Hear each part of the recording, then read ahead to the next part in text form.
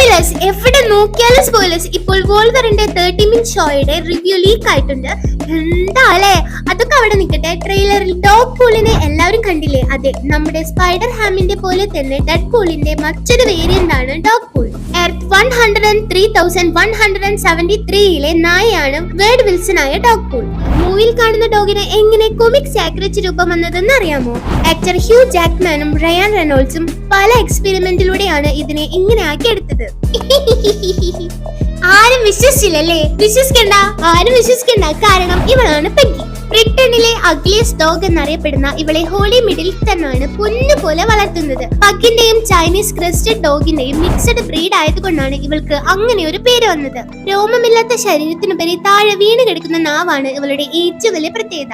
Ugly എന്ന് വിളിച്ച് അപമാനിക്കപ്പെട്ട ഇവൾ ഇന്ന് മാർവലിന്റെ സ്വന്തം ഡോഗ് പൂൾ ആയി മാറിയിരിക്കുകയാണ്.